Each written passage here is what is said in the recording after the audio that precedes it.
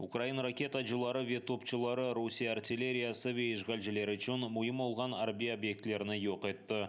Баштапның мәліметіне көре Украина майжилері Луганск ве Донецк вилаетлерінде душманнан да 6 ұжымыны ұрып қайтарды. Бахмут ве Авдеевка етрафында жебенің ең керген қысмыдыр. Айлар девамында япылған рус ұжымлерінден сон шеерлер ташобалары ве янған топыраққа чөбірілі. 10 айдан берлі рашистлер bu yönelişte ұжымлеріні тоқтатмағанна бақмадан ічбір муафақиетке ерішіп оламай.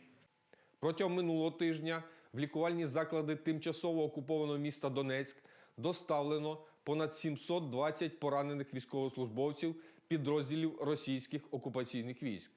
Також в тимчасово окупованому місті Горлівка одна з цивільних лікарень перепрофільована на військовий шпиталь, куди повністю обмежено доступ цивільних осіб. До хворих допускають виключно медичний персонал. 17 yıllık hapis muddeti böyle hukumna Rusiyanın Женеве Harbiy Mahkemesi Qrim-Tatar siyasi mahbusi Marlen Mustafayevga nisbeten çıkardı. Birinci 3 yıl Mustafayev Rusiya türmesinde tutulmalı, sonra koloniyada. Adetince ona Hizbut Tahrir teşkilatına alakası var deb terrorizm ve Rusiyada hakimiyetini kuchdan zapt etmeyin tulvunda qabatladılar. Весь судебный процесс от А до Я, он полностью написан как сценарий, да? Полностью там все выдумано, все подкинуто. Это все понимают. И сам судья, и сам прокурор. Ну, прокурор сидел, играл игру на телефоне. То есть он не парился. Он сейчас придет, получит свою зарплату, премию, также и судья, и все остальные. То, что это судьба человека там на большие сроки, который не будет видеть свою семью, который будет мучиться в холоде, в голоде, им это не волнует. Их задача получить премию, их задача показать, что они работают. Вот их задача. Мустафаев сөзде сонки сөзін айтқаны вақыт оны ФСБ хадимлері тұтқан сон бірі машинада пыштавнен қорқытқанына тариф етті. Мабус қабатлап физикасыны блокбастер сценарийле қияслап, оны азырлаған ФСБ тақиқатшысы Габибулинна сценарий жейшінде муафақиет беклері деді. Yüzlerce километр месафені кечіп, Мустафаевке қол тұтмаға келген инсанларда қабатлап уйдырылғанын айты. Зная Мустафаева Марлена очень много лет, со школьных времен еще, зная его с положительной стороны, все, что сегодня ему озвучили, вменили, как и в принципе остальным всем, это все, как говорится, кино.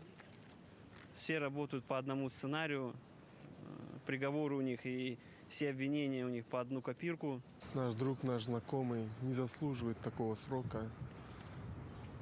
Он не заслуживает такого отношения к себе, к нему отнеслись как, по моему мнению, как просто к расходному материалу, прилепив такой срок и посадив его, разрушив его семью, разрушив его быт. Хочу сказать, что это хороший человек, хороший друг, хороший соотечественник, и он не заслуживает на такое. Марлен Мустафаев Қарасу базардан яқыланмастан әвел машина Тамерлев мерkezінде çalışайды. Русия Қырымны ишғал еткен сон қанунсыз тұтылып, mahkum етілген Қырым татарларының mahkemelerine бары башлады. Мабуслерінің қоранталарына ярдым етейді. Бұндан себеп оны бұл сене февралінің 9-ында евінден тентов кечірілген сон алып кеттілер.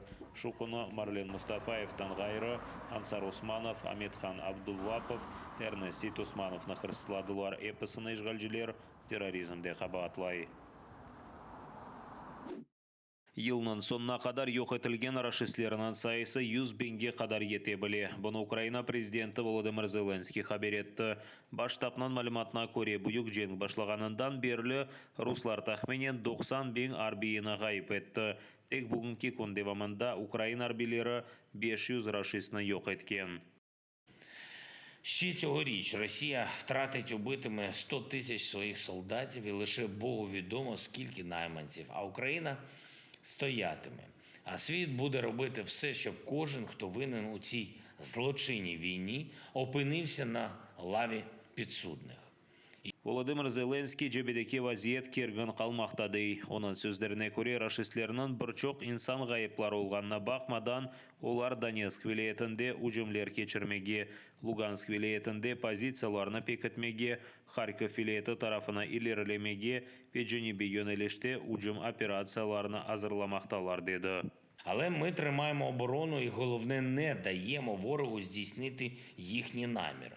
Вони говорили, що захоплять Донеччину навесні, влітку, восени. Цього тижня починається вже зима. Вони поклали там свою регулярну армію. Вони втрачають там щодня сотні мобілізованих і найманців. Вони використовують там заградзагони.